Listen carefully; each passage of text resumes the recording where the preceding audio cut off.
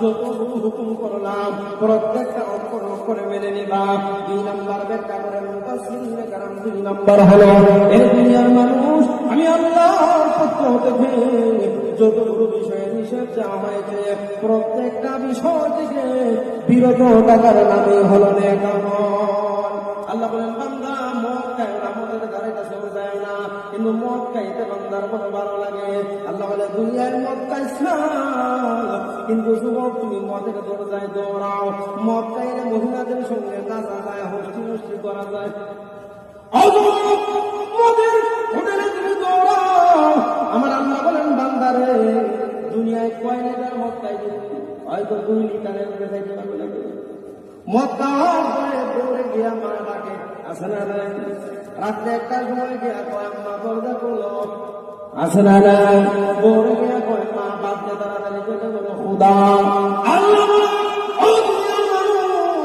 মদ খায়ও না, তুমি জানি এই দুনিয়ার মদ খায় তুমি 1 লিটার 2 লিটার এর উপরে খাইতে পারো না, তাও মাতাল হয়ে যাও। আমি আল্লাহ দুনিয়ার জিন্দেগি তোমার যখন শেষ হয়ে যাবে রে বান্দা, আমি আল্লাহ তোর জন্য মদের একটা বিশাল পুকুর আমি আল্লাহ রেখে দিয়েছি। সুবহানাল্লাহ। ওই মদের পুকুরটাকে মনে হবে রে ভাই, আল্লাহ বলেন ওই গ্লাস দিয়ে খাওয়া লাগবে না, জগ দিয়ে খাওয়া লাগবে না, বালতি দিয়ে খাওয়া লাগবে না। তোমার বিবিরে নিয়ে এই মদের নহরের মধ্যে ইচ্ছা করলে গোসল করতে পারবা, খাইতে পারবা। ওই দিন মদ খাইলে পরে মাথা লইবা না, বউরে গিয়ে মা ডাকবা না, মারে গিয়ে বউ ডাকবা না। আল্লাহ বলেন এর দুনিয়ার মানুষ মদ খাওয়া থেকে বিরত থাক, জিনা থেকে বিরত থাক, সুদ খাওয়া থেকে বিরত থাক। সুদ তো আমাদের সমাজে আছে না নাই? আপনাদের এলাকায় নাই, আমাদের দেশে আছে। আরে সুদ কত কম কর। আপনি যদি 40 জন সুদখোরের নাম লিখিয়া যে কেসের মধ্যে খালি বোকায় ধরে, অঙ্গুরে ধরে, বিভিন্ন পোকামাকড়ে ধরে, এই নামগুলো নিয়ে আপনি টানায় দেন, এই কেস থেকে অঙ্গুর কয় এমন সুদখোরের কেসে আমি থাকি না। কি মনে করছেন? এজন্য আল্লাহ বলেন সুদ থেকে বিরত থাক। অমুসলমান অনেকগুলো কথা আমি সংক্ষিপ্ত করে করে বলতেছি। এরপরে আমার ভাইয়েরা, আল্লাহ রাব্বুল আলামিন বলেন দুইটা গুণ যখন তোমার মধ্যে আসবে, ঈমান চলে আসবে, নেক আমল চলে আসবে, এরপরে দুনিয়া থেকে তুমি যখন বিদায় হয়ে যাইবা, কবরে চলে যাইবা, এই কবরের মধ্যে 3টা প্রশ্ন করা হবে।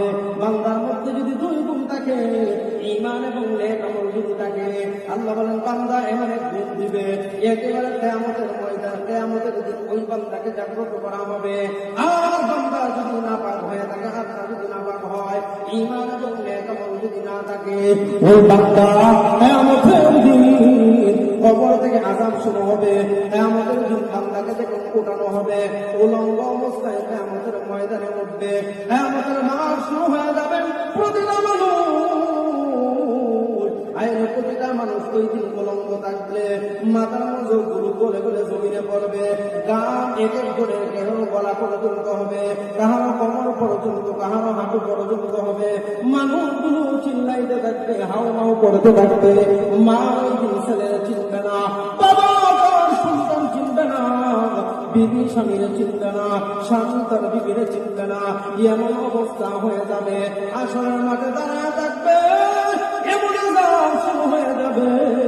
জাহান্নাম চিল্লাইতে থাকবে, আল্লাহর জাহান্নাম চিল্লাইতে থাকবে, আল্লাহ খাবার দাও, খাবার দাও, খাবার দাও। আল্লাহ বলবেন একটু অপেক্ষা করো, বিচারের কার্যক্রম শুরু হয়ে যাক। প্রত্যেক পয়গম্বরের কাছে যাবে, কেউ গ্রহণ করবে না, বলে না না আজকে আমার কোনো বিল নাই। সর্বশেষ আমাদের নবীর সামনে গিয়া দাঁড়াইবে। এই মুহূর্তে আর আমরা পারতেছি না, বিচার আরম্ভ হয়ে যাক। আল্লাহ নবী সিজদার মধ্যে থাকবেন, আর উম্মতি উম্মতি বলতে থাকবেন।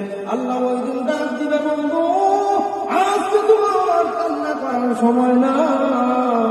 দুনিয়ায় বহু কান্না করছো, তায়েফে কান্না করেছ, বন্ধু উহুদে তোমার দান্দার গরু মুবারক শহীদ করা হয়েছে।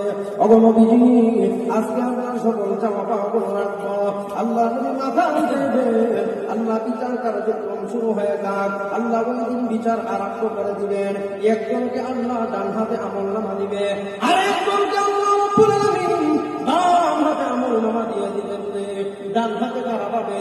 আল্লাহ বলেন ইল্লা আসহাব ইয়ামিন, যারা আসহাবে ইয়ামিন যারা হবে এদের ডান হাতে আমলনামা হবে। আর যে সমস্ত লোকেরা যাদের বাম হাতে আমলনামা দেওয়া হবে, ডান হাতের আমলনামা বলারা এদেরকে যে জিজ্ঞাসা করবেন, ও ভাই এই দেখ আল্লাহ আমার ডান হাতে আমলনামা দিছে, ওই ব্যক্তি ডান দিয়া বলবে, কোন কারণে কিসের জন্য ডান হাতে আমলনামা পাইলা? ওই লোকটা ডান দিয়া বলবে, দুনিয়ায় নামাজ পড়তাম, তুমি নামাজ পড়ো নাই, ব্যবসা করলা, ব্যবসা করতাম, আজান দিলে আমার দোকান আমি বন্ধ করে নামাজে চলে যাইতাম, এবং তুমি কোন কারণে আজকে জাহান্নামী? ওই বান্দা তখন বলবেন, ও ভাই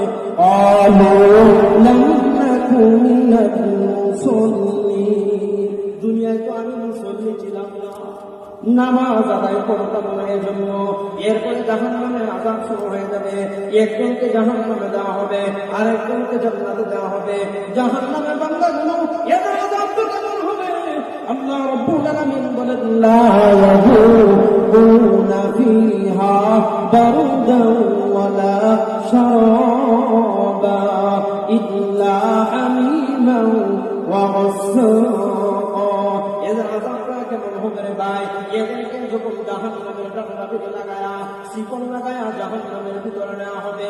জাহান্নামের ভিতরে একটা বিশাল বড় পিলার থাকবে, মস্তকানে পিলারের মধ্যে যখন আটকায়া দেওয়া হবে, আমার ভাইরা, আটকায়া দেওয়া মাত্র চতুর্দিকে আগুন থাকবে, অন্ধকার থাকবে।